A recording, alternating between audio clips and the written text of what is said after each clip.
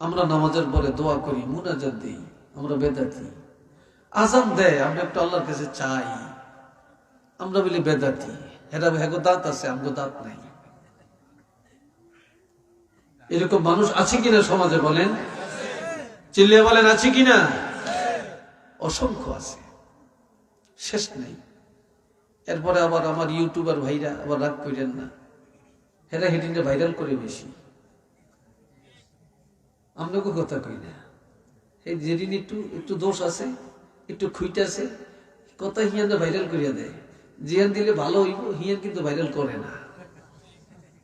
কথা ঠিক কিনা? হিয়ান ভাইরাল করে না। এ বাবা জিরারে আমার,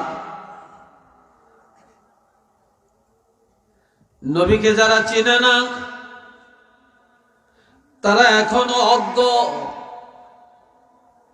আহলে কিতাবের তারা আমার নবীকে চিনে জানে বুঝে, তারপরেও তারা মানতে চায় না, স্বীকার করতে চায় না, প্রকাশ করতে চায় না। এরপর আল্লাহ কি কয়? ওয়াহুম ইয়ালামুন,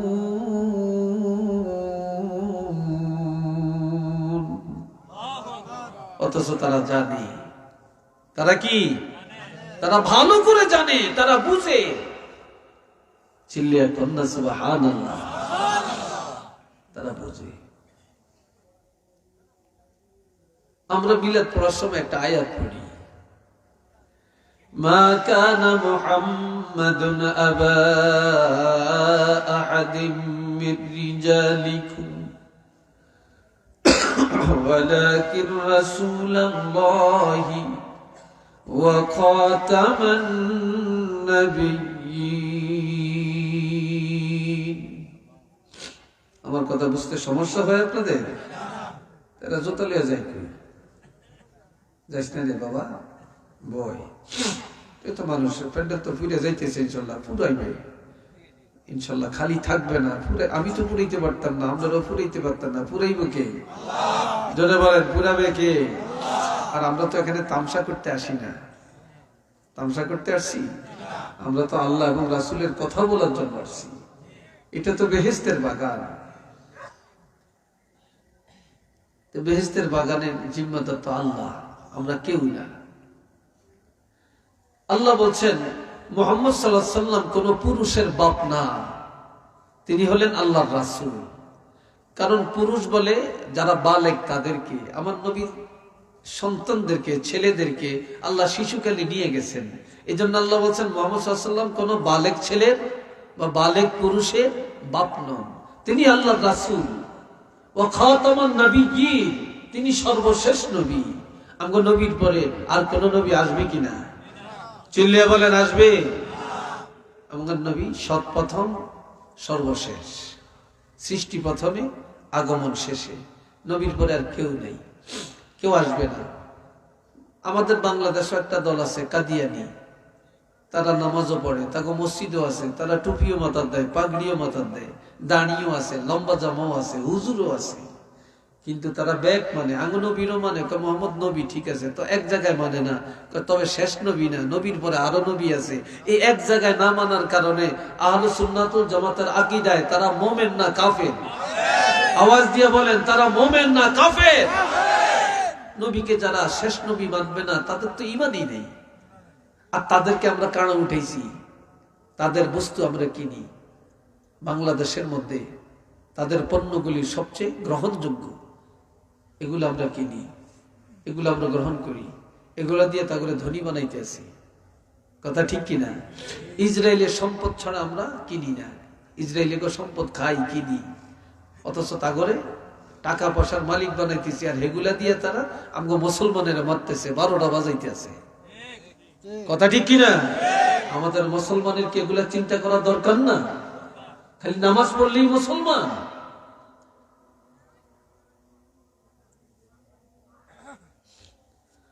প্রিয় হাজিরিন, আসেন আরো আল্লাহ বলছেন ইন্না আরসালনাকা শাহিদান ওয়া মুবাশশিরান ওয়া নাযীরা ওয়া দা'iয়ান ইলা আল্লাহি বিইজনিহি وسراجا منيرا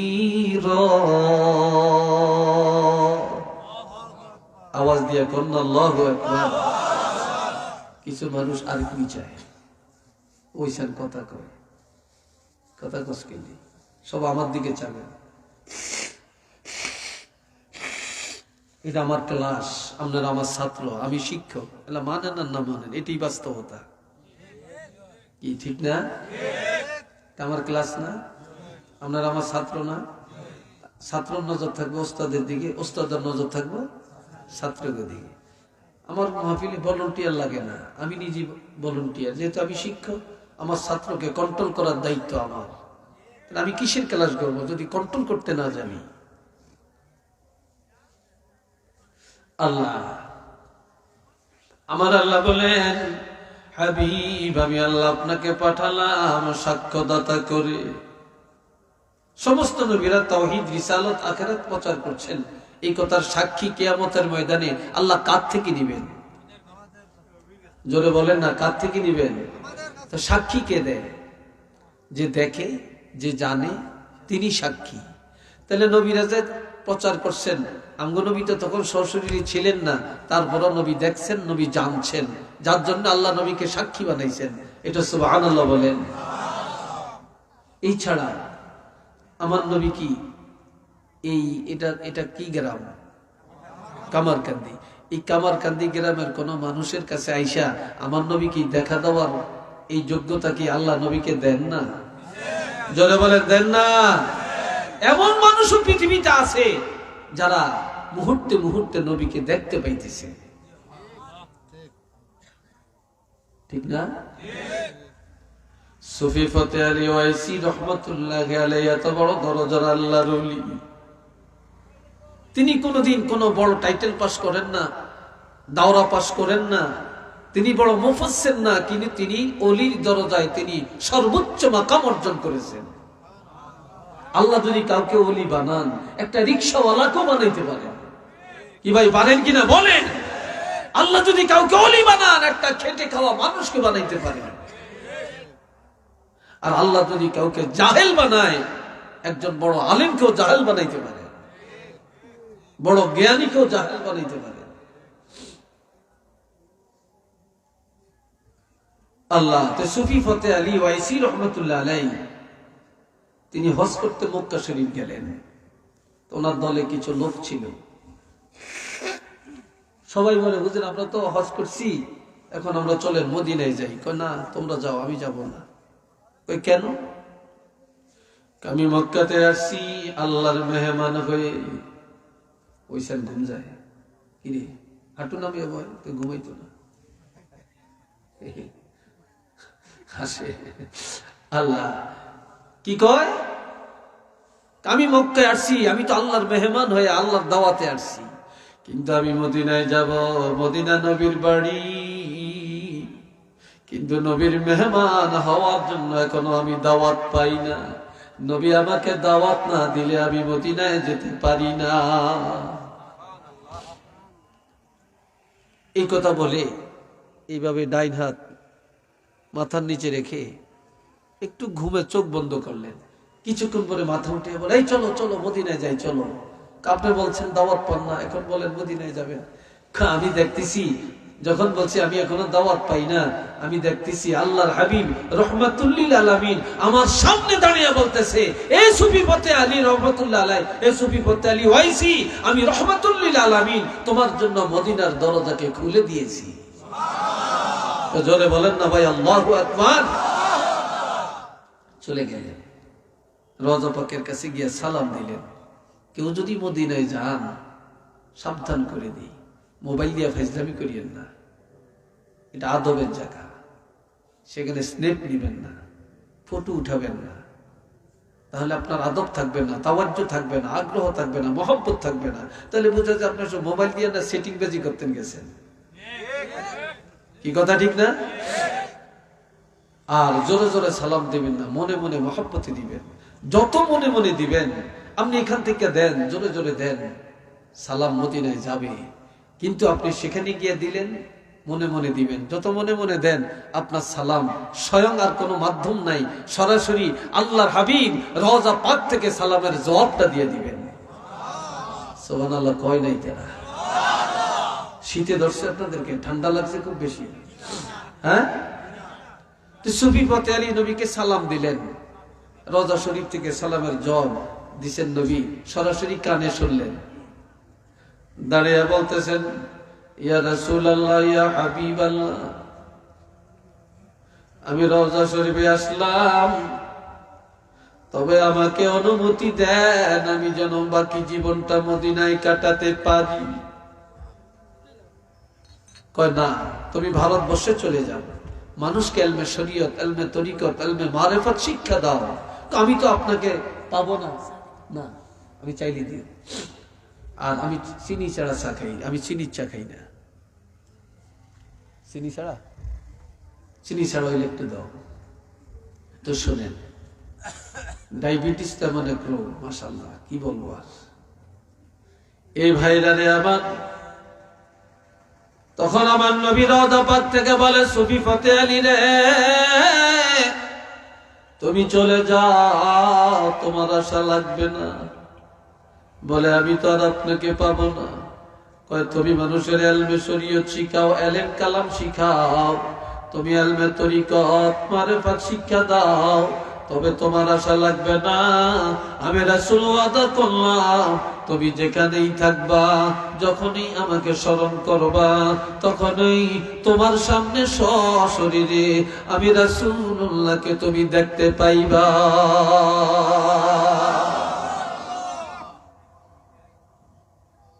তুমি দেখতে পাইবা। এই দেখার অধিকার কি আল্লাহ নবীকে দেন না? জোরে বলেন, দেন না? দিছেন। কেউ যদি নবীকে দেখছে, সত্য নবীকেই দেখছে, নবীর সুরত কেউ ধরতে পারবে না। আর যে নবীকে দেখছে তার জন্য জাহান্নামের আগুন হারাম হয়ে গেছে। শুধু এটাই তো না, কামান যারা কবরি বাদা ওয়াফাতি ফাকান্নামা যারানি ফি হায়াতি ওয়া মান যারানি ওয়াজাবাত লাহু শাফাআতি। কয় যে আমার ইন্তেকালের পরে আমার রওজা শরীফে এসে আমাকে জিয়ারত করলো, সে যেন আমার জীবদ্দশায় আমার সাথে সাক্ষাৎ করলো। আর যে আমার সাথে জিয়ারত করলো, সাক্ষাৎ করলো, আমি রাসূলুল্লাহর সুপারিশ তার জন্য ওয়াজিব হয়ে গেছে। আওয়াজ দিয়ে বলেন মারহাবা। আল্লাহ যেন আমাদের মক্কা শরীফ যাওয়ার তৌফিক দেন, মদিনা যাওয়ার তৌফিক দেন। কোন আমিন। মদিনা যাইতে কি মনে চায় না? চিল্লিয়ে বলেন, মনে চায় না? কার কার মনে চায় না একটু হাত তুলে দেখাবেন। একজন আছে, দুইজন আছে, আর আছেন? ভুলে উঠছে? আচ্ছা, বুঝতে পারে না আমি যে ভাও কথাটা উল্টা বলবো। এটার নাম পরীক্ষা। এটার নাম কি? পরীক্ষা। আল্লাহ যেন মদিনা যাওয়ার তৌফিক দেন। কোন আমিন। অনেকের টাকা নাই, আল্লাহ নিয়ে যায়। অনেকের টাকার পাহাড় আছে, কিন্তু যাইতে পারে না, যাইতে পারে না। আমার এক ফ্রেন্ড, আমার ক্লাসমেট, একসাথে কামেল পাস করছি, কথা বুঝছেন, একসাথে কামেল পাস করছি। উনি একটা কামেল মাদ্রাসার এখন সহকারী অধ্যাপক। তো উনি প্রতি বছর হজে যায়। আর যে বছর হজে যাইতে না পারে, এই বছর উমরায় চলে যায়। কিন্তু উনি অত ধনী না, কিন্তু আল্লাহ নিয়ে যায়। আল্লাহ নিয়ে যায় কেমনে জানে, আল্লাহ জানে। উনি খুব সুন্নি আকীদার লোক। নিয়ত করেন, নিয়ত করেন, বাড়ি করার জন্য টাকা জমান, ঘর করার জন্য টাকা জমান, বিয়ে করার জন্য টাকা জমাইতে পারেন, ব্যবসার জন্য টাকা জমাইতে পারেন, পোলারের লন্ডন পালাবেন, টাকা জমাইতে পারেন। কিন্তু মদিনায় যাবেন, এটার জন্য কি 2টা টাকা জমাইতে পারেন না? কি কথা ভুল বললাম নাকি আমি? এটার জন্য জমাইতে পারেন না? একটু জমান না এটার জন্য। এই ভাইরা রে আমার, আমার আল্লাহ বলেন, অমুবাশশিরাও ওয়া নাযীরা। হাবিব, আমি আপনাকে পাঠালাম জান্নাতের সুসংবাদ দেওয়ার জন্য, জাহান্নামের ভয় দেখাবার জন্য।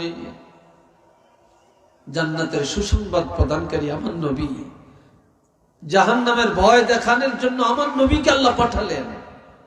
এরপরে বলছেন, ওয়াদাইয়ান ইলাল্লাহি বিইজনি আমি আল্লাহর নির্দেশে আবার নির্দেশিত পথে মানুষকে ডাকার জন্য আপনাকে পাঠাইছি। আপনি শুধু নবী নবুয়তের দায়িত্ব দিয়ে পাঠাই না, শিক্ষকতার দায়িত্ব দিয়ে আমি আপনাকে পাঠাইলাম। শিক্ষা দেওয়ার জন্য আমি আল্লাহর পথে মানুষকে ডাকার জন্য পাঠালাম। একটু চিল্লিয়া বলেন না সুবহানাল্লাহ। এই জন্য যারা মুয়াজ্জিন তার দাম বেশি। কিয়ামতের ময়দানে মুয়াজ্জিনের গলা সবার উপরে থাকবে। কারণ মুয়াজ্জিন সিনেমার জন্য ডাকে না, ডাকাতির জন্য ডাকে না, জিনার জন্য ডাকে না, চুরির জন্য ডাকে না। মুয়াজ্জিন প্রতিদিন আল্লাহর দিকে ডাকে, নামাজের জন্য ডাকে। এক আল্লাহর ঘোষণাটা দিয়ে দেয়, কন্যা একটু মারহাবা। এই মুয়াজ্জিনের কত ঠেলা, কত দমক শুনুন লাগে। যেটাতেই যে ধমক একটা দেয়, বেতন তো নাই।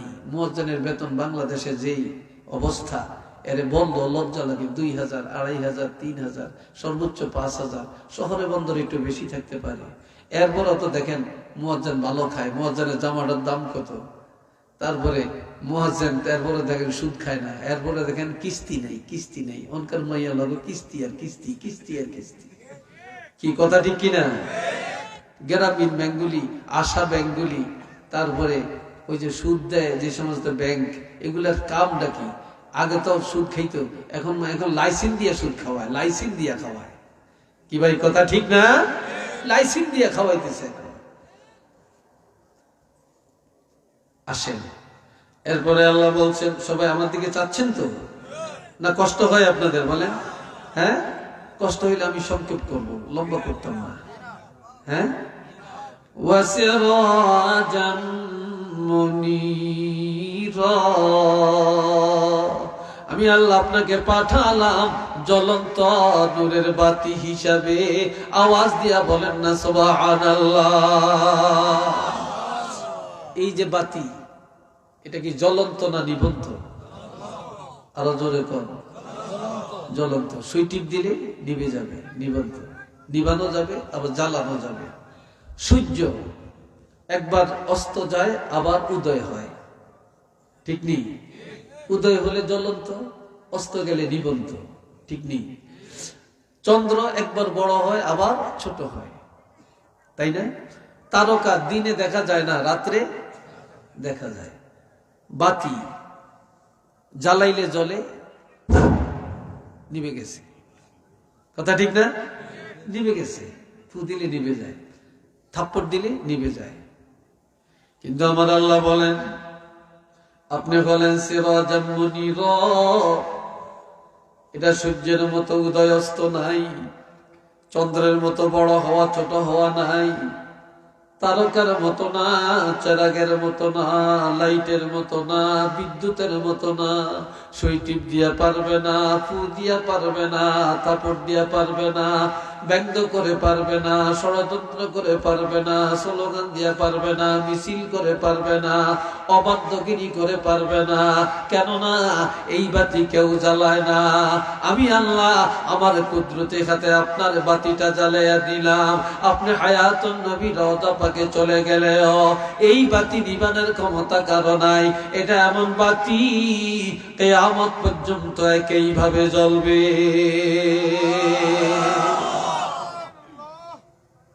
বাতি আমি জ্বালাইছি, কিয়ামত পর্যন্ত এই বাতি একইভাবে জ্বলবে। এটার নাম সিরাজাম মুনীরা। চিল্লিয়া বলেন মারহাবা। সেই নবীর প্রেমে ভালোবাসা দিয়ে, মোহাব্বত দিয়ে আসেন আমরা সবাই একটু দুরূদ শরীফ পাঠ করি। সাল্লাল্লাহু আলা মুহাম্মাদ, সাল্লাল্লাহু আলাইহি সাল্লাল্লাহু আলা মুহাম্মাদ, সাল্লাল্লাহু। সবাই বলেন আলহামদুলিল্লাহ। এখন এই মহব্বত দূর হয়ে গেছে একটা কারণে, সিটিংবাজি একটা কারণে, জুলুম একটা কারণে, দুনিয়াদারি একটা কারণে। আমরা আমার ছোটবেলায় দেখছি অনেক মহিলারা পুরুষ দেখলে রাস্তার পাশে গিয়ে এমনি দাঁড়িয়ে রয়েছে। আপনারা দেখছেন নি? ছাতি মাথায় দিয়ে রাখছে, বোরকাটা আস্তে এইভাবে বুকের উপরই দিয়ে রাখছে। আর এখন কিছু মানে আমরা এখন ওস্তাদ দেখলে রিক্সাতে নেমে যাই, গাড়ি থেকে নেমে যাই, শ্রদ্ধা করি। এখনকার আমগো ছাত্ররা তো মাশাল্লাহ মাশাল্লাহ, হারে আল্লাহ কোথায় নাম করে শিখিয়ে নেব, দুই পায়ের মাঝখান দিয়ে সাইকেল ঢুকিয়ে দিব। কি কথা ঠিক কিনা? বিশ্বাস হয় না আপনার? হারা হারা আম করে বেল দে আমরা হকান দিয়ে আনি হিসি দিয়ে কালাম করে বেল দেয়, টস টস টস টস করে নজর দিয়ে দিয়ে মাশাল্লাহ হেতে না। কি বিশ্বাস হয় না আপনার? কত আদম এখন। তবে এক বেটাই বুড়া কালো বিছানায় পেশাব করে, বুড়া কালে প্রতিদিন ঘুমে পেশাব করে এলায়, বিছা খাতা বালিশ একবার ভরে এলায় পেশাব দিয়ে। তো মহিলাটা খুব ভালো, তো মহিলাটা প্রতিদিন তার কাপড়গুলো ধুইয়া দেয়। একদিন একবার বেশি পেশাব করছে, আজকে একটা মহিলা রাগ করিয়া কয়, আমরা একটা বুড়া মানুষ, ছোট ছোট বাচ্চারা পেশাব করে না, আপনি বুড়া কালে পেশাব করেন, আমি কাপড় ধুইতে ধুইতে আমার রোগ হয়ে গেছে, আমি এখন অস্বাস্থ্যকর পরিবেশে আছি, আপনি কি মানুষ? তো বেটায় কয়, দেখ তুই আমার সাথে রাগ করস কেন, আমার তো দোষ না। কয় কার দোষ? কয় শয়তানের দোষ। কার দোষ? শয়তানের। কয় শয়তানের কি দোষ? কয় শয়তানে আমাদের প্রতিদিন ঘুমের থেকে উঠিয়া আমারে নিয়ে যায় পেশাবখানায়, আমি পেশাবখানায় বসে বসে দেখি পেশাব করি, পরে না ঘুমের তো জায়গা দেখি বিছনাটা ভরিয়া গেছে, আমার দোষ কি? বেটি কয় শয়তান আপনারে পেশাব করাইতে পারে আর আমার 12টা বাজাইতে পারে, আমার দিয়ে কাপড় ধোয়াইতে পারে, তা আমরা যে অভাব যায় না, বাড়ি করতাম পারি না, ঘর করতাম পারি না, পোলা পাইলে বিদেশ পাঠাইতে পারি না, শয়তানরে বলতে পারেন না এক বস্তা টাকা দিত? বাড়ি তো আজকে বলবো। তো শয়তান কয় আগে টাকা দেয়। এতদিন কইলি না, আজকে কসকা? আমার বিবি বলছে আজকে টাকা না দিলে আপোষ নাই। তো অনেক ঘুমের মধ্যে স্বপ্নের মধ্যে লেগে গেছে টাকার গোডাউন, যা দেখে বিরাট টাকার এক গোডাউন, সেখানে বড় বড় টাকার ঘাইট আছে। কয় কোনটা লবি? তো যেটা বড়, কয় দেখ এটাই দে। বড়টাই যে মাথা তুলিয়ে দিছি, আজকে এই টাকার ওজনে টাকার ভারে একবার পাতলা পায়খানা করে দিছি। এখন ঘুমের তুইটা দেখে পুরো বিছানায় খালি পাতলা পায়খানা। আমার বেডিটা কয় এতদিন পেশাব করছেন, এই তো ভালো আছিল, আজকে পাতলা পায়খানা, কারণটা কি? কথা কইস না, টাকার ভারে টাকার ভারে টাকার ভারে। ভার বুঝেন তো, অর্থাৎ টাকার ওজনে। টাকার ভারে, টাকার ভারে, এটা মানে টাকার ভারে পাতলা পায়খানা হয়ে গেছে। যেই সময় মানুষের টাকা ছিল কম, ইমান ছিল পাকা, টাকা ছিল কম, মুসল্লি ছিল মসজিদে, টাকা ছিল কম, পর্দা ছিল, টাকা ছিল কম, সুদ ছিল না, টাকা ছিল কম, ঘুষের আড্ডা ছিল না, টাকা ছিল কম, জুলুম ছিল না, টাকা ছিল কম, মুসলমান ছিল পাকা। এখন মানুষের টাকা বাড়ছে আর মুসলমানের ইমান কাঁচা হয়ে গেছে, টাকা বাড়ছে মুসলমান জালেম হয়ে গেছে, টাকা বাড়ছে মুসলমান এখন হারাম খর হয়ে গেছে, টাকা বাড়ছে টাকা বদলে মানুষ দুনিয়াদার হয়ে গেছে। একটু চিল্লিয়া বলেন না নাউযুবিল্লাহ। কথাটা ঠিক কিনা বলেন? টাকার ওজনে সব বরবাদ হয়ে যেতেছে টাকার গরমে। আল্লাহ হাজিরিন, দেখেন আমার দিকে চান, কষ্ট হয়, বিরক্ত লাগছে, বলবো আর 2-4টা কথা। হ্যাঁ, এই বাবাজিরা রে আমার আল্লাহ বলেন, আমি আপনাকে পাঠালাম রাসূল করে, আর আপনাকে পাঠায় মুমিনের দয়া করলাম। শুধু এইটাই না, আরো খবর আছে। النبي أولى بالمؤمنين من أنفسهم وأزواجه أمهاتهم। সবাই বলেন আলহামদুলিল্লাহ। আলহামদুলিল্লাহ। বিতেতন বার হয় না, খাওয়া করে খানা দিয়ে দেন, এই দূরের মাইকিং বন্ধ করিয়ে একবারে ফোনটা 2টা ঘুরিয়ে দিয়ে দেন। তো কতক্ষণ পরে যখন মুনাজাত হইব, যখন কইব কাতরটা সোজা করেন, তখন কতদিন দৌড়িয়ে আইব, আয়া দেখবো কোন ফাঁকি দিয়া তো বড় মানে সিন্নি দিয়া লাইছে। সিন্নি লিয়া গেল, আপনারা যাইতে গিয়েছেন, তো হেডিনে কই কি রে সিন্নি দিল কতক্ষণ, জীবনের একটা গোল খেয়ে বাইছি তো। কি কথা ঠিক না? জায়গায় জায়গায় রাস্তায় রাস্তায় বাড়ির মধ্যে বসে রয়েছে, কই যেসু মিলাদ হইব হেসুন দৌড়িয়েছে। ঠিক নি কথাটা? হেসুন দৌড়িয়েছে। আল্লাহ শুনেন, আমার আল্লাহ পাক বলেন মুমিনের আত্মা যত নিকটে আল্লাহর হাবিব তার চাইতে আরো নিকটে, আরো কাছে, আরো কাছে। মারহাবা কর না। আমগো নবী সবচেয়ে আপন নফর, জোরে কোন আপন নফর, কাছে না দূরে? নবী সবচেয়ে কাছে। আচ্ছা বলেন তো, আগের নবী গো উম্মতের কবরে প্রশ্ন কয়টা ছিল? বলতে পারেন না? দুইটা। চিল্লিয়ে বলেন কয়টা? মার রাব্বুকা ওয়া মা দীনুকা, তোমার রব কে, তোমার দিন কি, ধর্ম কি? আমার নাবিয়ুকা, নবী কে? এই প্রশ্ন ছিল না। কারণ কোন নবীর উম্মতের কবরে তাদের নবীকে আল্লাহ হাজির করে না, দেখায় না। কিন্তু আমাদের কবরে প্রশ্ন কয়টা? তিনটা। 3 নম্বর প্রশ্নটা হলো আমার নাবিয়ুকা, তোমার নবী কে? এই প্রশ্নটা কেন? মান হাযার রাজুলুল্লাযী বুইসা ফীকুম, যেই নবীকে কবরে উপস্থাপন করা হলো এই নবীকে চিনো কিনা? এই প্রশ্ন কেন? যেহেতু আমার নবীকে আল্লাহ উম্মতের এত কাছের, এত আপন বানিয়ে দিচ্ছেন যে কবরে গেলে আর কাউকে পাওয়া না গেল আমার নবীরে কবরে পাওয়া যাবে। কথা ঠিক কিনা? আমার নবীরে কবরে পাবেন কিনা? এই নবী আমগো লাগবে নি? আরেকটা দরকার লাগবে নি? লাগবে। সবাই কর মারহাবা। আবার বলেন আল্লাহুম্মা আমিন। আরেকবার বলেন আলহামদুলিল্লাহ। এরপরে বলছেন ওয়া আজওয়াজুহু উম্মাহাতুহুম, নবীর স্ত্রীরা হলেন মুমিনের মা। আমগো নবীর স্ত্রীরা আমাদের কি? জওয়ানেরা জোরে কও, আরো জোরে কও। মা ঘরে বিয়ে করা যায় যাচ্ছে না? হারাম। নাউজুবিল্লাহ বলেন।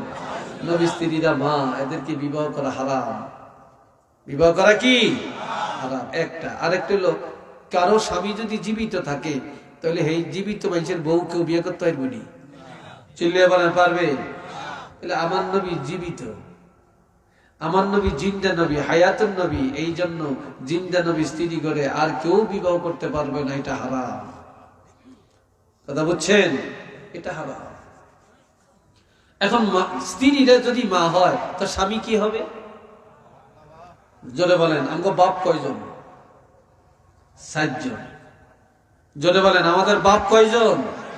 আদম নবী আদি পিতা, ইব্রাহিম নবী ধর্মের পিতা, যেই বাবা জন্ম দিছে জন্মদাতা পিতা, আর আমার নবী হলেন রুহানি পিতা। সুবহানাল্লাহ কন্যা। আমরা নবীর রুহানি উম্মত এবং রুহানি সন্তান। নবী ছেলে করে আল্লাহ নিয়ে গেছেন, নবী কান্দেন। আল্লাহ কয় ইন্না আ'তাইনাকাল কাউসার, হাবিব আমি আল্লাহ যে নিয়ামত নিয়ে যায় তার চাইতে বড় নিয়ামত দিয়ে দেই। আমি আপনাকে কাউসার নামক নিয়ামত দান করে দিলাম। এটা নিয়ামত উজমা, এর চেয়ে বড় নিয়ামত আর নাই, যেটা কাউকে দেই না আপনাকে দিলাম। নবী কান্দে, আরো কান্দে, আরো কান্দে, আরো কান্দে। বলতেছেন আপনি কাঁদেন কেন? আমি কারে খাওয়াই? নিয়ামত দিলেন, ছেলে তো নিয়ে গেলেন। আমার আল্লাহ বলেন হাবিব আমি না বলেছি যে নিয়ামত আমি আল্লাহ নিয়ে যাই তার চাইতে বড় নিয়ামত দিয়ে দেই। আপনার ছেলে ঘরে নিয়ে গেলাম, আমি আল্লাহ কাউসারের মালিক বানাইয়া দিলাম। কারে খাওয়াবেন? এই জন্য আমি আল্লাহ আপনার উম্মত গুলাকে সন্তান বানাইয়া দিলাম। কিয়ামতের ময়দানে আপনার রুহানি সন্তান উম্মতদেরকে আপনার হাতে ধরে হাউজে কাউসার পান করায়া আপনার মনের চাহিদাটা মিটাইয়া দিবে। জোরে বলেন আল্লাহু আকবার। আমার নবীর হাত মোবারকে হাউজে কাউসার পান করতে আমরা চাই কিনা? জোরে বলেন চাই কিনা? কারা কারা চান? দুইটা হাত তুলে দেখান, আর হাত দুইটা একটু লাড়া দেন। ফেরেশতারা ক্যামেরাটা করুন। নারে তাকবীর, নারে রিসালাত। আল্লাহ কবুল করেন। উচ্চ আওয়াজে বলেন আমিন। আর একবার বলেন আমিন। আল্লাহ নবী পাঠাইয়া আমরা দয়া করছেন না? জোরে বলেন দয়া করছেন না? আল্লাহ দয়া করছেন। সবাই বলেন আলহামদুলিল্লাহ। আল্লাহ আরো দয়া করছেন। নবী বলছেন قال رسول الله صلى الله عليه وسلم أنا سيد ولد آدم يوم القيامة وأنا أول من ينشق عنه القبر وأنا أول شافع وأنا أول مشفع وفي رواية للترمذي للبخاري اشفع تشفع أو كما قال النبي صلى الله عليه وسلم উচ্চ আওয়াজে সবাই বলেন একবার আলহামদুলিল্লাহ।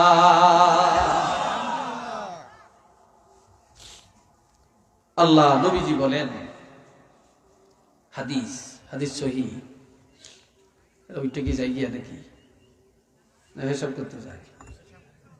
হ্যাঁ আচ্ছা, লড়িয়েন না, আরেক দিকে চাইয়েন না, চাইয়েন না। আমার প্রাণের নবী বলেন, কিয়ামতের ময়দানে আদম সন্তানের মধ্য হতে আমার হাতে নেতৃত্ব থাকবে, আর কোন নবীর হাতে নয়। আমাকে নেতৃত্ব দেওয়া হবে। সুবহানাল্লাহ বলতেন না?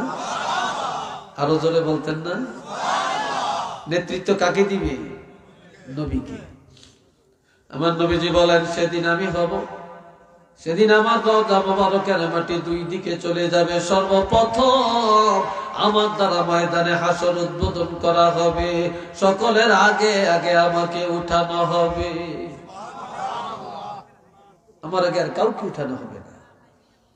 নবীজি আরো বলেন, ওয়া আনা আউয়ালু শাফিঈন, সেদিন আমি হব প্রথম সুপারিশকারী। ওয়া আনা আউয়ালু মুশাফফাঈন, আমার সুপারিশ সর্বপ্রথম গ্রহণ করা হবে।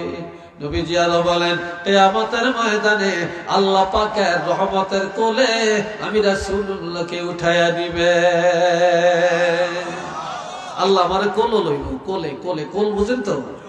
বাচ্চারা কানলে কোলে নেয় না, বুকে জড়ায় না।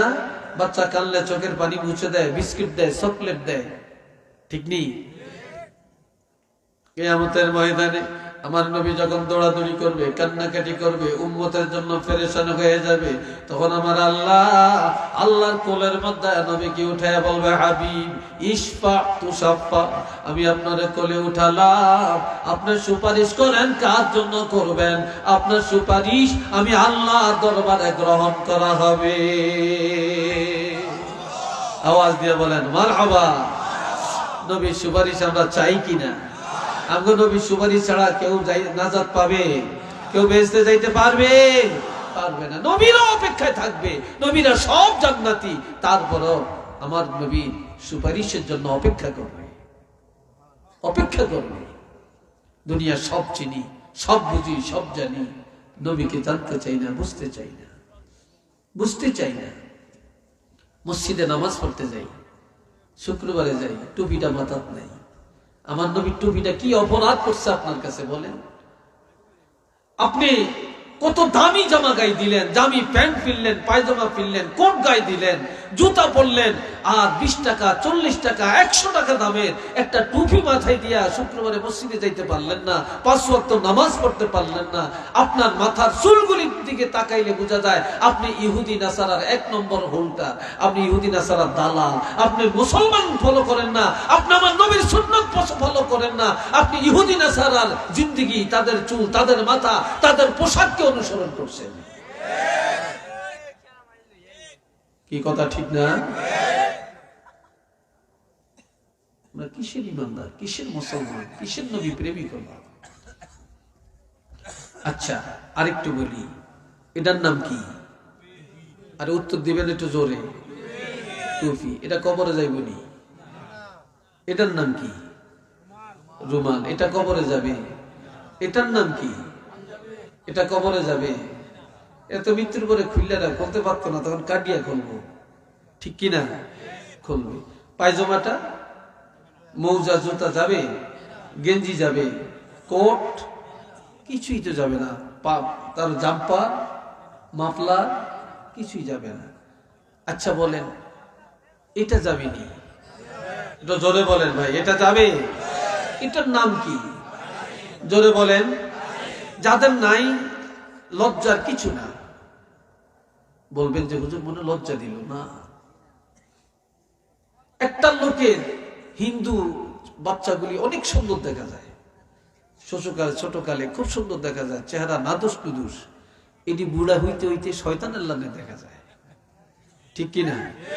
যত বুড়ো হয়, কারণ ইমানের নূত্য নাই, নবী সুন্নত তো তাদের মধ্যে নাই, আকীদা তো নাই, ঈমান তো নাই।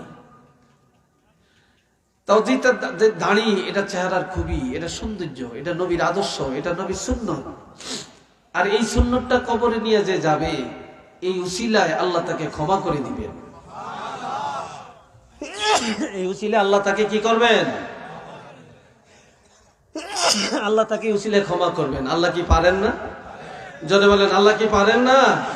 এই জন্য আল্লাহ বলছেন, ইয়া আইয়ুহাল্লাযীনা আমানুত্তাকুল্লাহ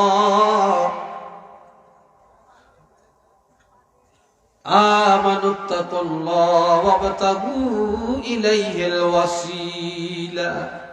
ঈমানদারেরা আল্লাহকে ভয় করো আর উসিলা তালাশ করো। উসিলা নেক আমল, উসিলা কোরআন তেলাওয়াত, উসিলা নামাজ, উসিলা সাদকা, উসিলা দান খয়রাত, উসিলা সালাম কালাম, উসিলা নবীর সুন্নাত। আল্লাহ কিয়ামতের ময়দানে কোন আমলের উসিলায় আপনাকে ক্ষমা করবেন এটা জানেন না। এই জন্য সব সময় আমল করে যেতে হবে। আর যত নেক আমল উসিলা, সব উসিলার উসিলা হলেন নবী মুহাম্মদুর রাসূলুল্লাহ সাল্লাল্লাহু আলাইহি ওয়াসাল্লাম। আমার নবী যদি উসিলা না হইতেন, আমরা কি নামাজ পাইতাম, রোজা পাইতাম, হজ পাইতাম, যাকাত পাইতাম, পর্দা পাইতাম, কোরআন পাইতাম, ওয়াজ মাহফিল পাইতাম, শাহজালাল রহমাতুল্লাহ পাইতাম? কোন ওলি আল্লাহ পাইতাম না। নবীর উসিলায় সব পাইছি। কার উসিলায়? নবীর উসিলায় সব পাইছি। সবাই বলেন না মারহাবা? আরেকবার কোন আলহামদুলিল্লাহ। যার উসিলায় সিন্নি খাই, মোল্লা চিনে না। কথা ঠিক না? মোল্লা চিনি না। এ ভাইরা রে আমার, কিয়ামতের ময়দানে মুসিবতের দিন আমার প্রাণের নবী কি করবেন আর একটু শুনেন। আমার আল্লাহ বলছেন, আসা আইয়াবআসাকা রাব্বুকা মাকামান মাহমুদা। হাবিব চিরি আপনাকে মাকাম মাহমুদা, প্রশংসার আসনে উঠাবো, প্রশংসার আসনে বসাবো, আপনাকে ইজ্জতের আসনে বসাবো। এটা কি? এই জন্য নবী কয়, উম্মতেরা তোরা আজানের পরে আমার জন্য আল্লাহর কাছে একটু দোয়া কর। সুবহানাল্লাহ কর না? আরো আওয়াজ দিয়ে বলেন না। আজানের পরে দোয়া করা জায়েজ না না জায়েজ? জোরে কর। শুধু জায়েজ না, সুন্নত। জায়েজ একটা, সুন্নত আর একটা। আপনার কাছে টুপি নেই, নামাজের টাইম হয়েছে, নাই টুপি, দাঁড়িয়ে যান, নামাজ হয়ে যাবে, এটা জায়েজ। কিন্তু টুপি আছে, ঘরে আছে, টুপি মাথায় দিয়া নামাজ পড়া সুন্নত। কথা বুঝে আসছে? সুন্নত। আমি জায়েজ আর সুন্নতটা বুঝাইলাম। আল্লাহ তো নবী বলছেন, তোমরা আজানের পরে আমার জন্য একটু দোয়া করো। আমরা নবী দোয়া চাইছে আমাদের কাছে। কি দোয়া? আতি মুহাম্মাদান আল্লাহুম্মা রাব্ব হাজি, আমরা তো পড়ি। এই সাথে বলবা এই দোয়ার মধ্যে, আতি মুহাম্মাদানিল ওয়াসিলাতা ওয়াল ফাদিলা। আল্লাহ নবীকে আমাদের উসিলা দান করেন, জান্নাতের উচ্চ মর্যাদা দান করেন।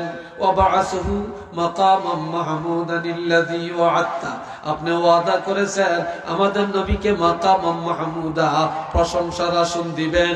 আল্লাহ তাড়াতাড়ি করে আপনার ওয়াদাটা পূরণ করেন, আপনার ওয়াদাটা পূরণ করেন।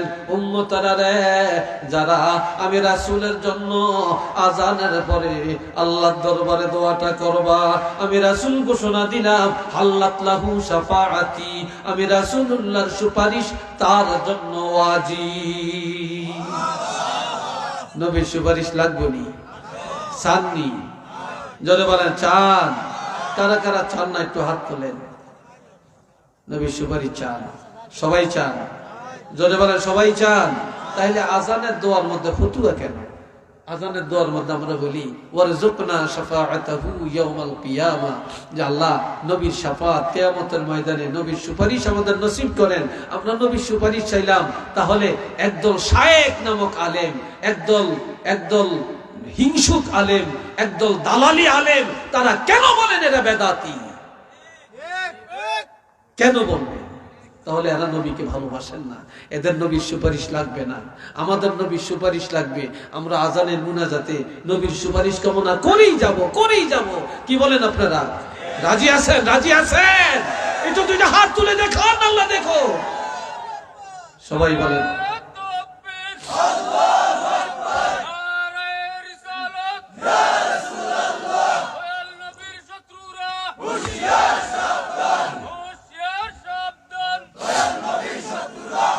আল্লাহ কবুল করেন। সবাই কোন আমিন।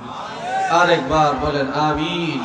মুহাব্বতে পড়েন সাল্লাল্লাহু আলা মুহাম্মদ সাল্লাল্লাহু আলাইহি সাল্লাল্লাহু আলা মুহাম্মদ।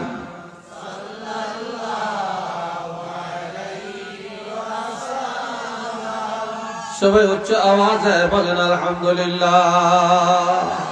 আরেকটু জোরে বলেন আলহামদুলিল্লাহ। হাজিরিন, আমার নবী সকল কাজে আদর্শ রেখে গেছেন। কুল্লু উম্মতি ইয়াদখুলুনাল জান্নাহ ইল্লা মান আবা কিলা মান আবা ক্বালা মান আতাআনি দাখালাল জান্নাহ ওয়া মান আসানি ফাকাদ আবা। এটা বুখারীর হাদিস। আমার নবী বলছেন যে আমার উম্মতেরা সব জান্নাতে যাবে, তবে আমাকে যারা অস্বীকার করেছে তারা যাবে না। প্রশ্ন করা হলো অস্বীকারী কারা? ক্বালা মান আতাআনি দাখালাল জান্নাহ। নবী বলছেন যারা আমাকে মানে, আমার সুন্নতকে আমল করে তারাই জান্নাতে যাবে। ওয়া মান আসানি ফাকাদ আবা। যারা আমার সুন্নতকে অস্বীকার করেছে তারাই অস্বীকারী, তারা জান্নাতে যাবে না, তারাই হবে জাহান্নামী। একটু চিল্লিয়ে বলেন না নাউযুবিল্লাহ। নবী আরো বলেছেন ক্বালা রাসূলুল্লাহ সাল্লাল্লাহু আলাইহি ওয়াসাল্লাম মান তামাসসাকা বিসুন্নতি ইনদা ফাসাদে উম্মতি ফালাহু আজরু মিয়াতে শাহীদ। বর্তমান জমানাটা ফিতনার জমানা। আস্তে আস্তে বেদাত চালু হয়, কিন্তু সুন্নতগুলি চলে যায়। কথা ঠিক কিনা? সুন্নত চলে যায়, অন্যায় স্থান পায়, সুন্নতগুলি আস্তে আস্তে বিদায় নিয়ে যায়। রাসূল বলছেন যখন আস্তে আস্তে ফিতনার জমানায় সুন্নতগুলি বিদায় নিয়ে যায়, এই সময় যারা আমার একটা সুন্নতকে মজবুত করে ধরে রাখে, আমার সুন্নতের আমল করে, আমি রাসূল ঘোষণা দিলাম আল্লাহ পাক তার আমলের মধ্যে 100 শহীদের মর্তবা দান করে দিবেন। সুবহানাল্লাহ। সবার মুখ দিয়ে আসে না। কত শহীদের মর্তবা? 100 শহীদের মর্তবা আল্লাহ দান করবেন। তাহলে এই সুন্নতগুলি আস্তে আস্তে চলে যাইতেছে, এটা রাখেন। এই উসিলে আপনি নাজাত পাবেন, শহীদের মর্তবা পাবেন। টুপি আস্তে আস্তে বিদায় নিয়ে যাইতেছে, এটা আমল করেন। মেসওয়াক বিদায় নিয়ে যাইতেছে, আমল করেন। ডিলা কলুক বিদায় নিয়ে যাইতেছে, এগুলো আমল করেন। শহীদের মর্তবা আপনি পেয়ে যাবেন। সুবহানাল্লাহ বলেন না? আরেকটু ধরে বলেন না? মুসলমান দেখা মাত্র সালাম, আসসালামু ক্বাবলাল কালাম। দেখা মাত্র কথাবার্তার আগে সালাম। রাসূলকে প্রশ্ন করা হয়েছে আইয়ুল আমালি আহাব্বু ইলাল্লাহ তাআলা, আল্লাহর কাছে পছন্দের আমল কি? ক্বালা তুতআমুত তাআম ওয়া আফশুস সালাম। মেহমানদারি করা, মানুষকে খানা খাওয়ায়া দেওয়া আর সালামের লেনদেন করা। আর এক মুসলমানের প্রতি আরেক মুসলমানের 6টা দায়িত্ব, তার মধ্যে 1 নম্বর হলো ওয়ায়ুসাল্লিমু আলাইহি ইজা লাকিয়াহু। যখনই সাক্ষাৎ হবে প্রথমে সালামটা দিয়ে দিবে। একটু বলেন না সুবহানাল্লাহ। মহিলাদের উপরে সুন্নত, যেই সুন্নতটা সমাজে নাই, মহিলা যদি মনে করে আমি 100 শহীদের মর্তবা অর্জন করব, তাহলে আপনার স্বামী ঘরে গেলে সাথে সাথে আপনি সালাম দিবেন। আর আপনার স্বামী আপনার স্ত্রীকে সালাম দিয়ে ঘরে ঢুকবেন। আর স্ত্রী ঘরের দরজায় গিয়ে স্বামী যখন দরজা টোকা দিবে, মহিলা ঘরের দরজা খুলে স্বামীর দিকে নজর দিয়া প্রথমে কেমন আছো এটা না, প্রথমে বলবে আসসালামু আলাইকুম। আমার রাসূল বলেছেন যে মহিলা এই সুন্নতটা পালন করবে, আল্লাহর হাবিব তার আমলের মধ্যে 100 শহীদের মর্তবা দান করে দিবেন। আর কোন এই কথা বলছে কি এখানে? আচ্ছা, কষ্ট হয় আপনাদের? বিরক্ত লাগছে? আমি মনে একটু কড়া কথা বলে ফেলছি নাকি? আচ্ছা শুনেন, এই যে সুন্নতগুলি বিদায় নিতেছি, এই সুন্নতগুলি রাখবেন। রাসূল বলছেন কোন মহিলা স্বামী ঘরে আসছে, ঘরের দরজায় যে সালাম দিছে, সালাম দেওয়ার পরে স্বামীর হাতে বাজার সদা একটা ব্যাগ, একটা লাকিজ, ব্যাগটা ব্রিফকেস ওজন, বলল স্বামী তুমি কষ্ট করে আনছো, আমাদের জন্য আনছো, দাও। তুমি কষ্ট করে বাজার থেকে আনছো, কুলাউড়া থেকে আনছো, মাছ আনছো, তরকারি আনছো, ব্যাগ আনছো, কত কষ্ট তোমার হয়েছে, আমার হাতে দাও, আমি একটু শেয়ার করি। আল্লাহ রাসূল বলেন, যে মহিলা স্বামীর হাত থেকে এই বাজার সদাটা গ্রহণ করবে আর সাথে সাথে সালাম দিবে, ওই মহিলার আমলের মধ্যে আল্লাহ পাক অর্ধেক জিহাদের সওয়াব দান করে দিবে।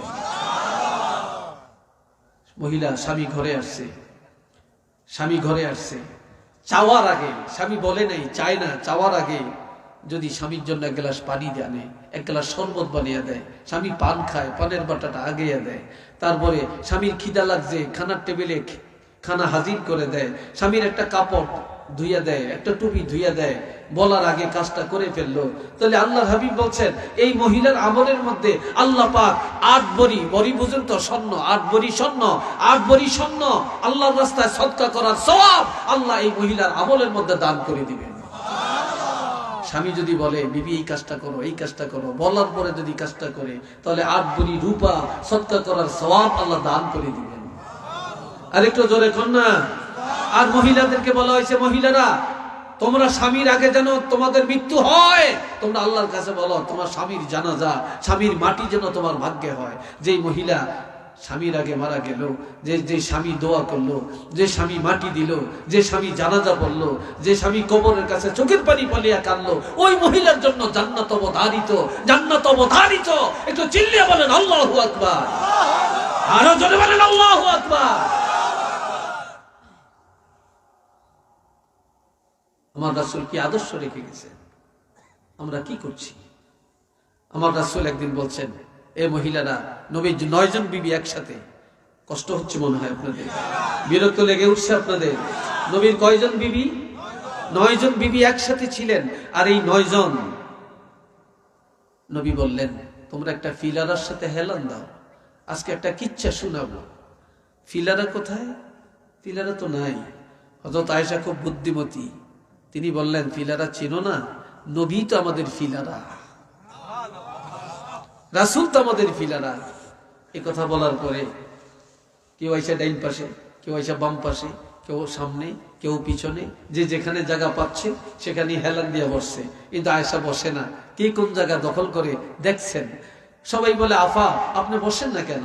হযরত আয়েশা দেখতেছেন সব জায়গা দখল করছে, নবীকে হেলান দিয়ে বসে গেছে, কিন্তু নবীর কোলের মধ্যে কেউ বসে না। হযরত আয়েশা দৌড়াইয়া যায় আমার নবীর কোলের মধ্যে বসে নবীর দাড়ি মোবারক নিয়ে খেলা করতে শুরু করে দিচ্ছে।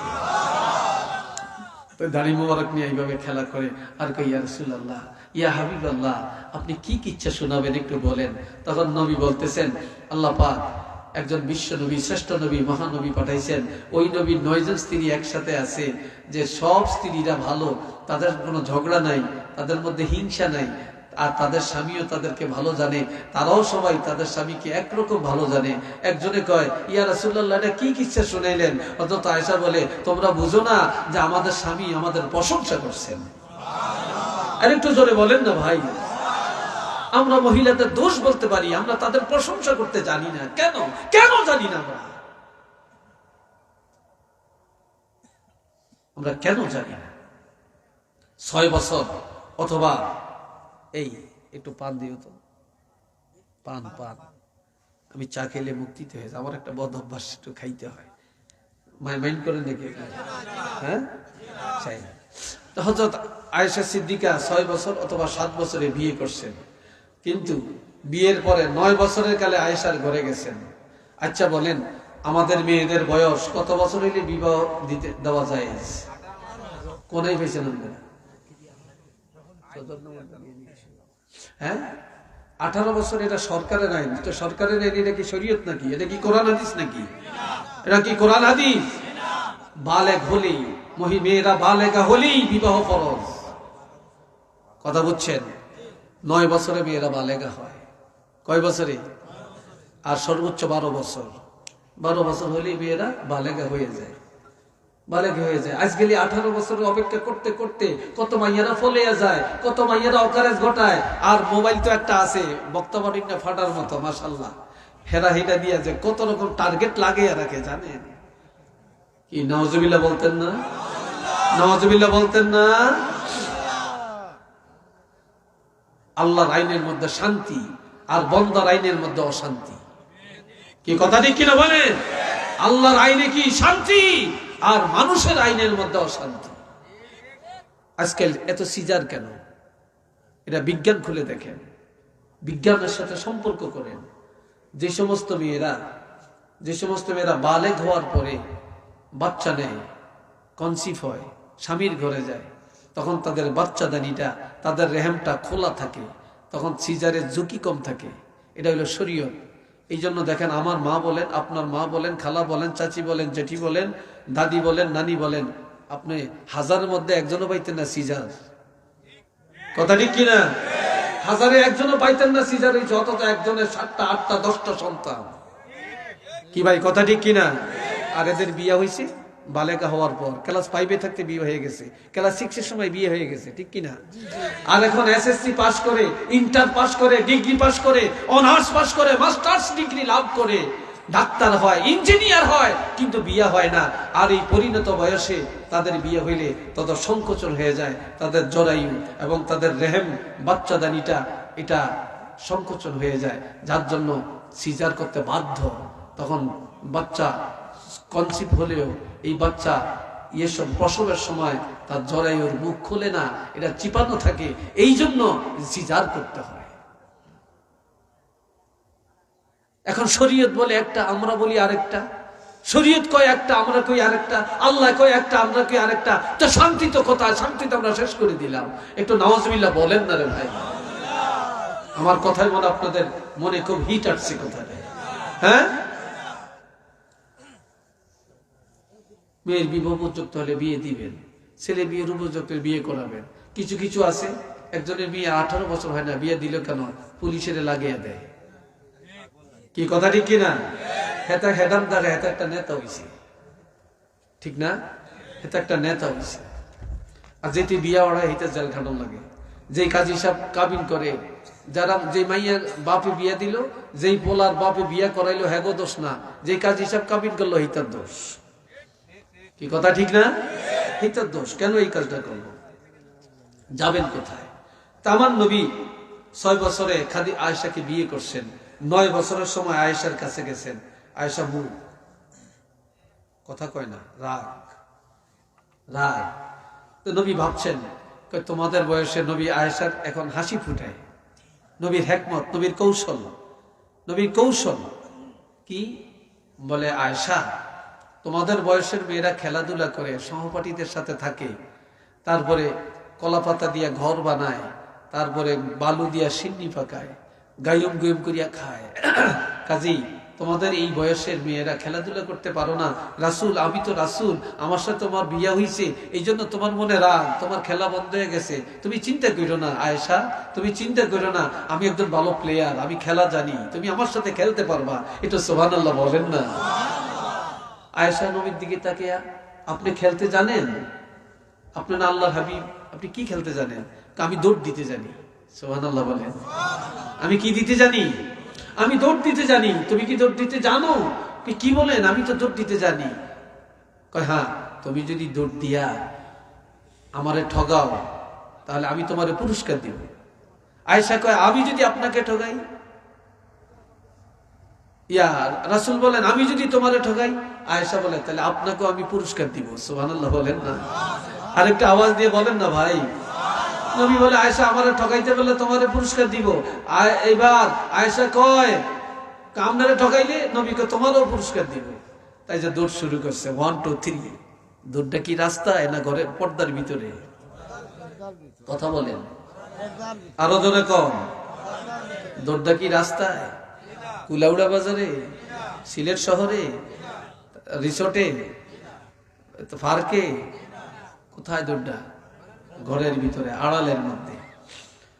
1 2 3 একসাথে দাঁড়াইছে, দৌড় শুরু হয়েছে।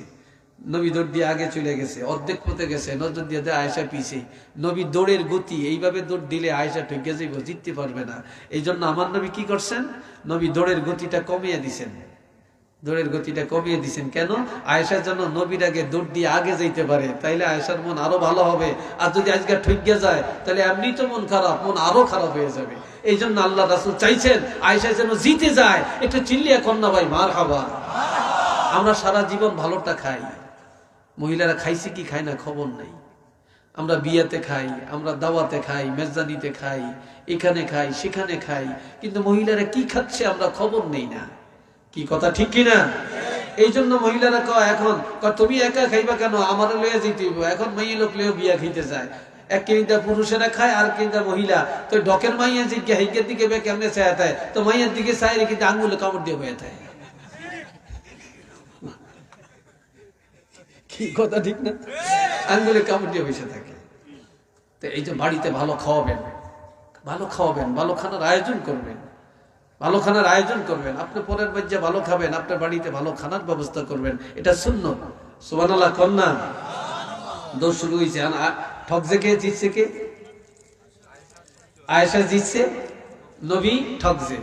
আয়েশা দাঁড়িয়ে বলতেছে, ইয়া রাসূলুল্লাহ, আপনারা বলছেন যদি আমি ঠকাইতে পারি আমারে পুরস্কার দিবেন, দেন। নবী কই দিয়াম, অপেক্ষা করো, ভালো পুরস্কার দিব। পুরস্কারটা কি? আমার নবী কত কৌশলওয়ালা দেখেন। এখন বলছে দিব, দেন। দিবেন দিবেন করতে করতে আয়েশার 9 বছরের থেকে এখন 16 বছর হয়েছে। কত বছর? 16 বছর হয়েছে। আয়েশার এখন নবী ঘরে গেছে, গেছে রাজ্য গাল হইলে বেরিয়েছে, কথা কয় না। আজকে কি হইল তোমার? 9 বছরের কথা কি আবার মনে পড়ছে নাকি? হ্যাঁ, হবে না, আমি আজ থেকে 6 বছর আগে পাওনা হইলাম, আপনি এখনো দিলেন না। দিবেন দিবেন দিবেন দিবেন করতে করতে আর কখন দিবেন? আজকে কোনো আপোষ নাই, আমার পুরস্কারটা আগে দেন। নবী বলে, আজকে পুরস্কার নিবা? তো হ্যাঁ, আজকেই নিব। ঠিক আছে, তুমি যে আজ থেকে 6 বছর 7 বছর আগে প্রতিযোগিতা করে আমরা ঠকাইছিলা, তোমার ওই দিনের দৌড় আমার কাছে খুব ভালো লাগছে, চলো আজকে আরেকটা দৌড় দিয়ে আমার একটু দেখাও। ঠিক আছে, আমি সেদিন পাচ্ছি, এখন পারবো না। আজকে আবার দৌড় দিতে গেছে, এখন 16 বছরের সময় আজকে আয়েশা ঠকিয়ে গেছে, নবী জিততে গেছে। সুবহানাল্লাহ। আয়েশার শরীর একটু ভারী হয়েছে, ওজন হয়েছে, এখন আগের মতো দৌড় দিতে পারে না। এই জন্য নবী আজকে জিতছে, আয়েশা ঠকছে। এখন নবী হাত তুলে বলে, আয়েশা 9 বছরের সময় তুমি জিতছো, আমি পুরস্কার দেনা ছিলাম, কিন্তু আজকে তো আমি পুরস্কার পানা হয়েছি, এখন তুমি দাও তোমারটা। আমার 6 বছর 7 বছর আগে হইলো, এখনো পাই না, আর আপনি মাত্র পানা হয়েছেন, এখনো খুঁজতেছেন আমার কাছে। এখন কয় না, আগে আমারটা দাও। আয়েশাকে আমারটা দেন, নবীকে আমারটা দাও। হযরত আয়েশা কি বললেন? ইয়া রাসূলুল্লাহ, আমি আপনাকে পুরস্কার আপনার থেকে পাও না, তবে আজকে আবার দেনা হয়ে গেলাম, তবে আপনি তো আমাকে উত্তম পুরস্কার দিতে পারবেন, আমি আপনার ইজ্জত মতো পুরস্কার কোথায় পাব? তবে আমি একটা পুরস্কার ঘোষণা দেই, আপনি যদি মানিয়ে নেন। নবী বলে, কি পুরস্কার? ইয়া রাসূলুল্লাহ, আপনি রাসূল হয়ে যান আমার পুরস্কার, আর আমি হয়ে যাই আপনার পুরস্কার। একটু মারহাবা জোরে কর। স্বামী পুরস্কার দিবি, বিবির প্রেজেন্টেশন স্বামী কে গ্রহণ করে নেয়, কারা মানে, কে মানে?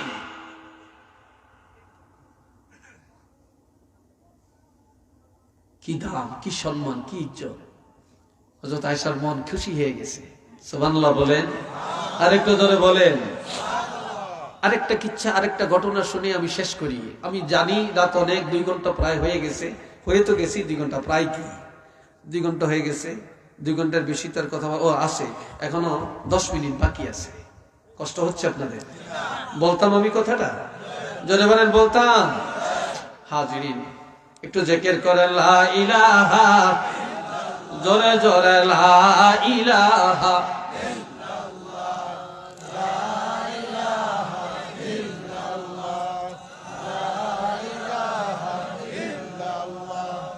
লা ইলাহা ইল্লাল্লাহ,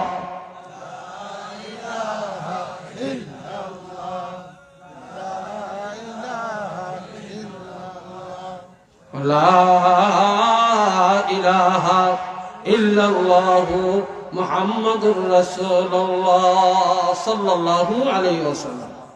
নবী আয়েশার ঘরে, কার ঘরে? তাই এটা কথা কষ্ট হয়, 3 জন একসাথে পারবেন কিনলে? কি অন্যায় করছি আমি?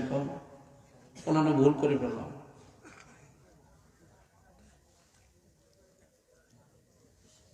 ভুল করছি মনে পান খাইয়া নাকি?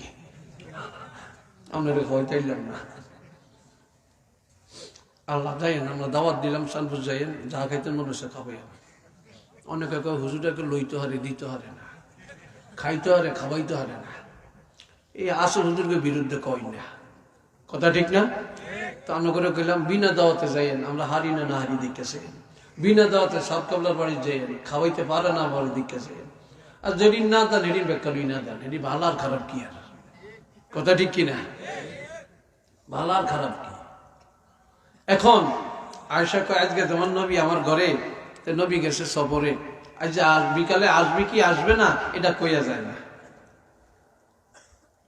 আয়েশা ভাবছে নবী তো আমার ঘরে আসবে, নবীলে খানা পাকাই, হালুয়া পাকাইছে। কি পাকাইছে? জোরে কন্যা কি পাকাইছেন? হালুয়া পাকাইছে।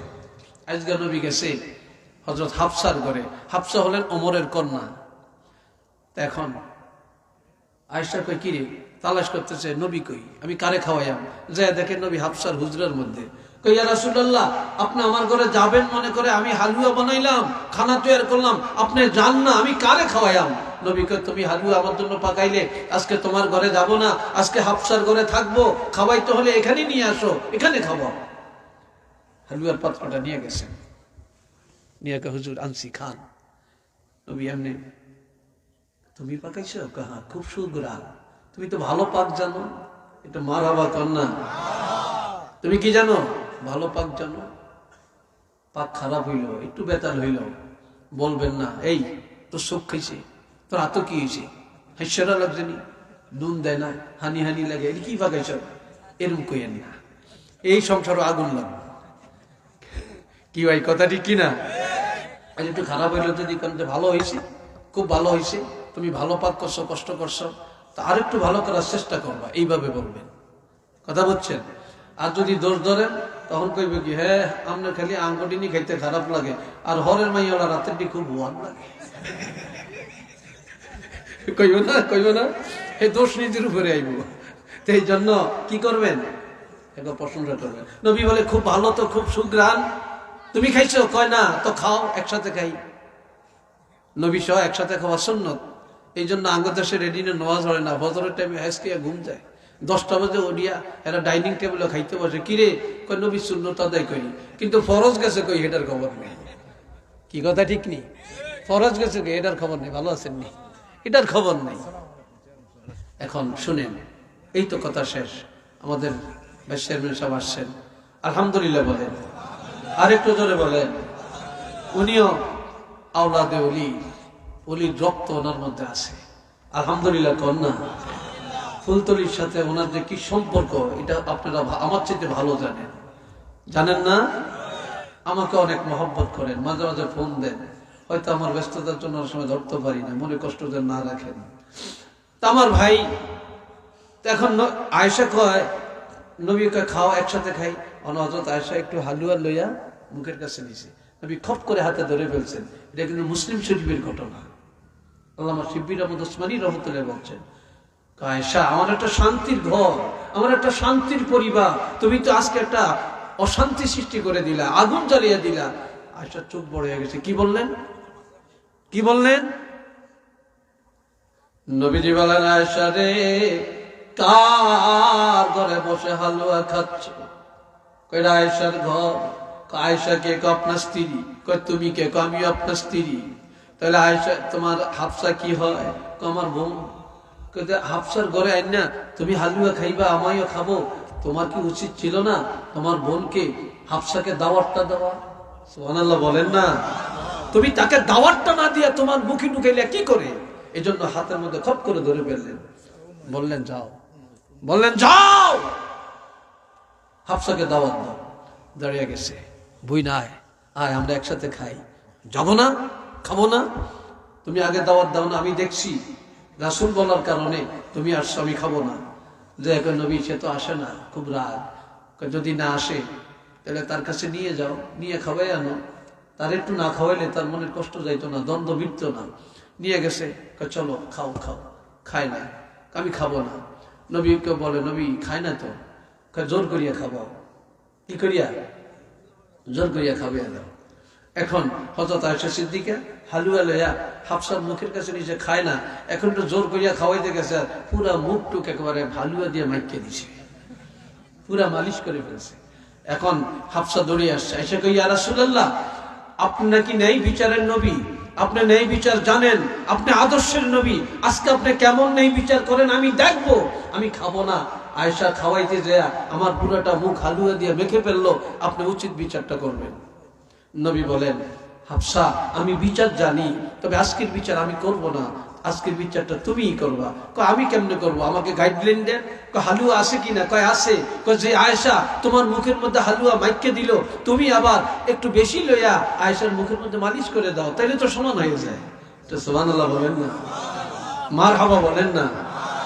হাফসা দৌড়িয়া যায় হালুয়া লইয়া, একটা দৌড়িয়া যায় হযরত আয়েশা সিদ্দিকার নাক মুখ মাথা চুল টুল সব একবার মাইকে দিছে। এবার আয়েশা কই ইয়া রাসূলুল্লাহ, এটা নি বিচার। কয় কথা কইও না, তুমি তো আগে অন্যায় করছো, তুমি তারে দাওয়াত দিলে না কেন, যাও মুখ দিয়ে আসো। মুখ দিয়ে আসে, আসার এখন হাসতেছে, এখন বলতেছে হাফসা তুমি বিচার পাইছো? হ্যাঁ আমি বিচার পাইছি। আয়েশা তোমার মনে কষ্ট আছে? কয় না। তা এখন কি করবো, তো আপনি যা বলেন। কত বসো, আমরা একসাথে খাই। এখন নবী স্ত্রীরাও খায়, নবীও খায়, আবার খাপ দিয়া নিয়া বিবিরা নবীর হাত থেকে খানা খেয়ে ফেলে, আবার নবীও টান দিয়া বিবিদের হাত থেকে খানা নিয়ে খেয়ে ফেলেন। এটা রাসূলের আদর্শ, এটা রাসূলের সুন্নাত। একটু চিল্লিয়ে বলেন মারহাবা। আজ আমরা স্বামী কোথায় খায়, স্ত্রীরা কোথায় খায়? আপনি নামাজ পড়বেন না, রোজা রাখবেন না, আবার রোজার দিন হারা দিন রোজা রাখবেন, কি বলবে ইফতারের সময় সুন্নত আদায় করতে যায়, একসাথে খায়। এই কথা ঠিক কিনা? এটার নাম তো সুন্নত না। আপনি ফরজ আদায় করবেন, তারপর সুন্নতের আমল করবেন। আমরা আজকাল আমাদের সংসারে অশান্তি একমাত্র নবীর আদর্শ না থাকার কারণে। কথা ঠিক কিনা বলেন? নবীর আদর্শ না থাকার কারণে। আল্লাহ আমাদেরকে বুঝার শক্তি দেন। সবাই বলেন আমিন। আর একবার বলেন আমিন, আর একবার বলেন আমিন। আমি সর্বশেষ আবারও জানতে চাই, الذين آتيناهم الكتاب يعرفونه كما يعرفون أبناءهم وإن فريقا منهم ليكتمون الحق وهم يعلمون।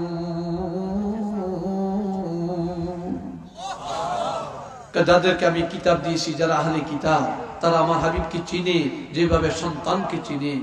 আর এরপরও একদল আছে লায়াকতুমুনাল হক, বাস্তব সত্যটা গোপন করে রাখে। ওয়াহুম ইয়ালামুন, অথচ তারা জানে, তারা বুঝে। আমরা যে সব জানি, আমরা জানি না সুদ খাই, আমরা জানি না ঘুষ খাই, আমরা জানি না জুলুম করি, আমরা জানি না মিথ্যা বলি, আমরা জেনে শুনে জিনার কাছে যাই, মদের কাছে যাই, গাঞ্জার কাছে যাই, আমরা জেনে শুনি অপরাধগুলি করি। কথা ঠিক না? আমরা কি এই থেকে বাঁচতে চাই না? জোরে বলেন বাঁচতে চাই না? আমরা সুন্নতের আমল করতে কি চাই না? আল্লাহ কবুল করেন, বলেন আমিন। আরো জোরে বলেন আমিন। ওমা তৌফিক ইল্লা বিল্লাহ, আলাইহি তাওয়াক্কালতু ওয়া ইলাইহি উনীব। ওয়াসসালামু আলাইকুম ওয়া রাহমাতুল্লাহ। ইয়া নবী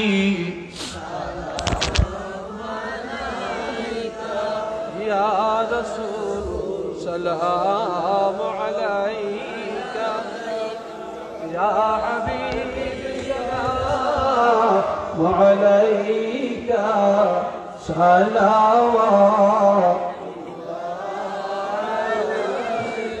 طلع البدر علينا من ثنية الوداع وجب الشكر علينا ما دعا لله داعي يا نبي سلام عليك يا رسول سلام عليك يا حبيب سلام عليك صلوات الله سيدي يا رسول الله وسلم عليك يا حبيب الله أسلا আপনাকে দিয়া কাঁদিলেন আদম হাওয়া মৌলারি হইল দয়া কবল করিলেন দোয়া ইয়া নবী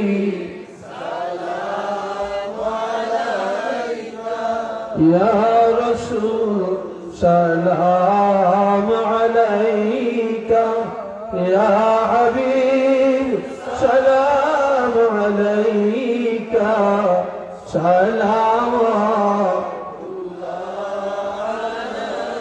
بلغ العلا بكماله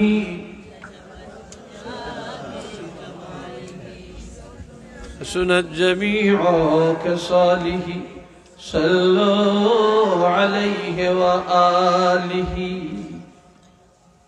সম্মানিত মুসলিম کرام আমাদের মাহফিলের শেষ পর্যায়ে আমরা আপনাদের কাছে কৃতজ্ঞ। এত কষ্টের মধ্যে শীতের মধ্যে আপনারা বসে আছেন, সেজন্যই আমি মাহফিল পরিচালনা কমিটির পক্ষ থেকে আপনাদেরকে আন্তরিক মোবারকবাদ জানাচ্ছি। আমাদের মাহফিলে এসে উপস্থিত হয়েছেন আজকের এই মাহফিলের সম্মানিত অতিথি, খুলনা উপজেলা পরিষদের সম্মানিত দুইবারের আপনাদের ভোটে নির্বাচিত সফল ভাইস চেয়ারম্যান তারুণের অহংকার বর্তমান ভারপ্রাপ্ত চেয়ারম্যান জনাব মাওলানা ফজলুল হক খান সাহেব, আমাদের মধ্যে উপস্থিত হয়েছেন বাংলাদেশ আঞ্জুমানে আল ইসলাহ কাতার কেন্দ্রীয় কমিটির সহসাধারণ সম্পাদক হাফিজ সিদ্দিকুর রহমান সাহেব। আমি আপনাদের সামনে দুটি কথা বলার জন্য সবিনয় অনুরোধ করছি।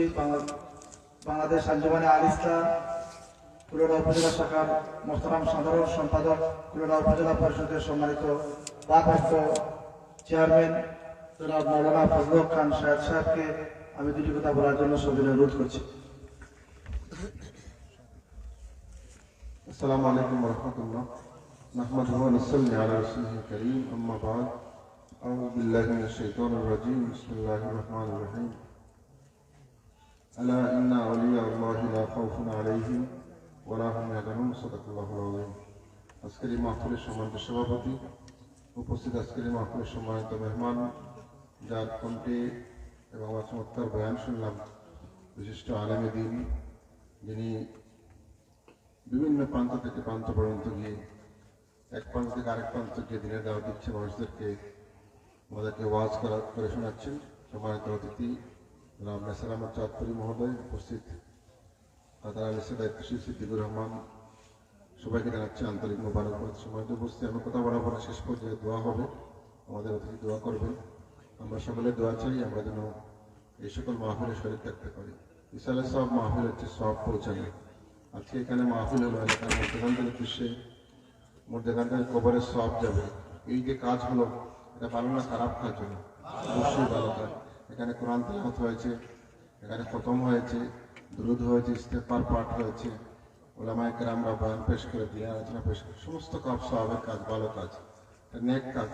যারা আজকে আমরা আছি কালকে আমরা থাকবো না কেউ, কিন্তু এই মাহফিল যদি দাঁড়িয়ে থাকে তাহলে এই মাহফিলের সবটা আমার কবরে যাবে। আলহামদুলিল্লাহ, আল্লাহ যেন এই মাহফিলকে জারি রাখেন। আমরা কেউ থাকবো না, সবাই চলে যেতে হবে, কিন্তু এই মাহফিলের শরীর থেকে ক্লিপ থাকে আমরা যাই, বা আমাদের পরবর্তী জেনারেশন যদি আমরা শিক্ষা দিই না এই মাহফিলে তোমার শরীর থাকো, তাহলে এই সকল কাজের সব আমাদের কবরে যাবে। আল্লাহ আমাদের তৌফিক দান করেন। এবং আপনারা যারা এখানে উপস্থিত হয়েছেন সবার কাছে আমি দোয়া চাই। আমি দীর্ঘ 10 বছর থেকে দায়িত্ব পালন করছি। আপনারা অবশ্যই আপনারা এই এলাকার এবং কাছাকাছি শহর এলাকার নিশ্চয়ই আমার সম্পর্কে জানেন এবং আপনারা আমাকে দেখছেন। এই 10 বছর আমি কি কাজ করেছি আর কি কাজ করিনি, হয়তো বরাদ্দের দিক দিয়ে আমি দিতে পারি না, কারণ বাইশের মধ্যে বরাদ্দ খুব অল্প, সব জায়গায় দেয়, কিন্তু আমি আমার দায়িত্ব পালনের কোনো গাফিলতি করিনি বা কোনো অন্যায় অত্যাচার বা দুর্নীতি ঘুষনির সাথে আমি সম্পৃক্ত থাকিনি। আমি চেষ্টা করি সততার সহিত আল্লাহর বই আল্লাহকে কাজ করার, আল্লাহর জন্য কাজ করার, সেই হিসেবে কাজ করেছি। আমি দোয়া চাই। আপনারা জানেন যে আমার আব্বা গত 15 জানুয়ারি ইন্তেকাল করেছেন।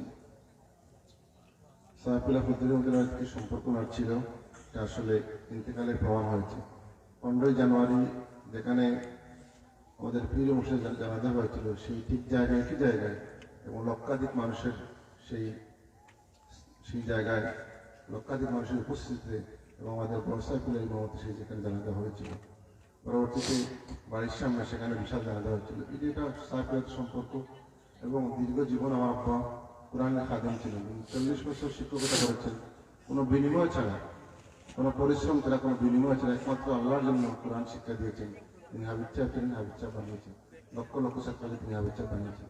এই যে খেদমত করে গেছেন, আমি তার উত্তরসূরি হিসেবে যে এমন কোনো কাজ করবো না দেখা যায় আমার বাবাকে মানুষ গালিয়ে দেয়, এমন কোনো কাজ ইনশাল্লাহ আমি করবো না।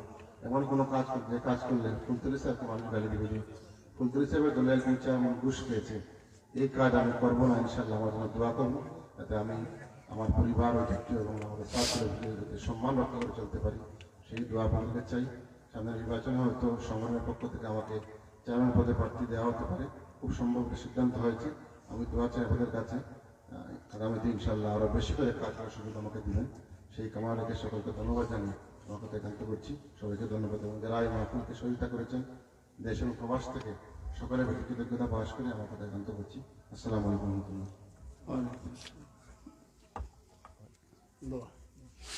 أستغفر الله ربي من كل ذنب وأتوب إليه. لا حول ولا قوة إلا بالله العلي العظيم. أستغفر الله إن الله غفور رحيم. أستغفر الله إن الله غفور رحيم. الحمد لله رب العالمين والعاقبة للمتقين والصلاة والسلام على أشرف الأنبياء والمرسلين وعلى آله وأصحابه وذرياته وأهل بيته أجمعين. ربنا ظلمنا أنفسنا وإن لم تغفر لنا وترحمنا لنكونن من الخاسرين. ربنا آتنا في الدنيا حسنة وفي الآخرة حسنة وقنا عذاب النار. ربنا عليك توكلنا وإليك أنبنا وإليك المصير. رب ارحمهما كما ربياني صغيرا. رب العالمين আয় আল্লাহ, আমি বড় গুনাহগার। আজকের এই নুরানি মাহফিলে আল্লাহ অসংখ্য উলামায়ে কেরাম, আয় আল্লাহ আইমে মাসাজিদ গুণের নিয়া হুফাজ কেরাম, হুজ্জাজ কেরাম, তোমার জাকিরিন শাকিরিন বান্দাগুলো নিয়ে, নবী প্রেমিকদেরকে নিয়ে তোমার রহমতের দরবারে হাত তুলেছি রে আল্লাহ। মেহেরবানি করে আমাদের মুনাজাত কবুল আর মঞ্জুর করে নেন রব্বুল আলামিন। আমি বড় গুনাহগার, গুনাহর সাবিরে আল্লাহ। আল্লাহ আমি বড় গুনাহগার, গুনাহর সাবি। আমার মতো এত বড় গুনাহগার কেউ নেই। আয় আল্লাহ, তুমি যাকে পছন্দ করেছ তার উসিলায় আমাদের প্রত্যেকের মুনাজাত কবুল করে নাও। আল্লাহ আমরা গুনাহগার, জীবনের গুনাহ মাফ করে দাও। আল্লাহ জীবনের গুনাহগুলি মাফ করে দাও। গুনার বোঝা নিয়ে মাহফিলে আসছি, বেগুনাহ বানায়া বাড়িতে ফিরে দাও। আয় আল্লাহ দুনিয়ার গুনাহ দুনিয়াতে মিটাইয়া দাও। আল্লাহ গুনাহগার বানায়া কবরে নিও না, গুনাহগার বানায়া কিয়ামতের ময়দানে উঠাইও না। গুনাহগার বলে ডাক দিও না।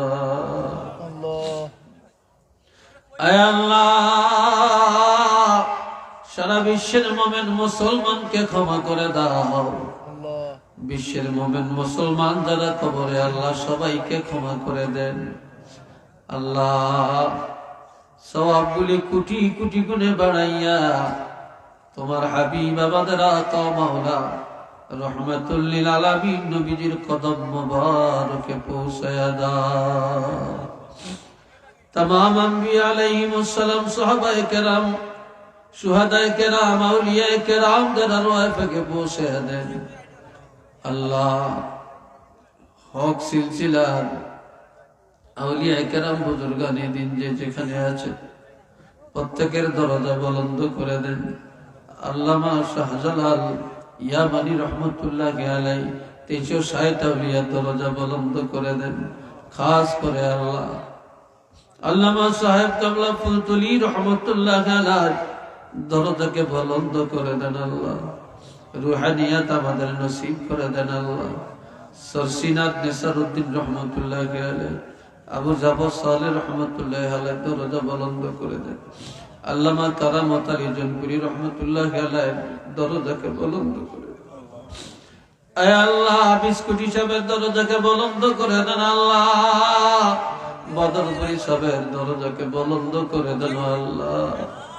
এওলি আল্লাহদের রুহানিয়াত আমাদের নসিব করে দেন আল্লাহ। আমরা যারা হাত তুলেছি আমাদের অনেকের আব্বা নাই, আম্মা নাই, দাদা নাই, দাদি নাই, নানা নাই, নানি নাই, শ্বশুর শাশুড়ি কবর জানি না কে কিভাবে আছে রে আল্লাহ। তুমি দয়া করে মায়া করে আমাদের আব্বা আম্মা সহ যারা কবরে তাদের প্রত্যেকের রুহের প্রতি সওয়াব পৌঁছায়া দাও আল্লাহ। তাদের কবরের আযাবগুলি মাফ করে দাও আয় আল্লাহ। এইমাত্র শুনতে পাইলাম আয় আল্লাহ জনাব বাদশাহ মেন সাহেবের আব্বা ইন্তেকাল করেছেন আল্লাহ। ওনার রুহের প্রতি সওয়াব পৌঁছায়া দেন, কবরটা জান্নাতের বাগান বানিয়ে দেন।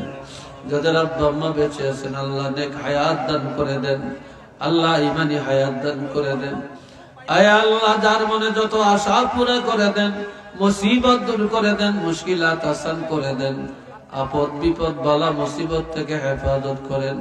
যারা অসুস্থ রে আল্লাহ শেফায়ে কামেলা দান করে দেন, শেফায়ে আজলা নসিব করে দেন। আমাদের প্রত্যেকের সন্তানগুলোকে আল্লাহ কবুল করেন, তাদেরকে দিনদার বানিয়ে দেন আল্লাহ। পরীক্ষার্থী সন্তানগুলোকে আল্লাহ ভালো পরীক্ষা দেওয়ার তৌফিক দান করে দেন আল্লাহ। আল্লাহ মাদ্রাসা শিক্ষা বোর্ডের অধীনে ইসলামী আরবি বিশ্ববিদ্যালয়ের অধীনে ফাজিল পরীক্ষা চলছে, মাদ্রাসা বোর্ডের অধীনে দাখিল পরীক্ষা চলছে, স্কুল বোর্ডের অধীনে এসএসসি পরীক্ষা চলছে আল্লাহ।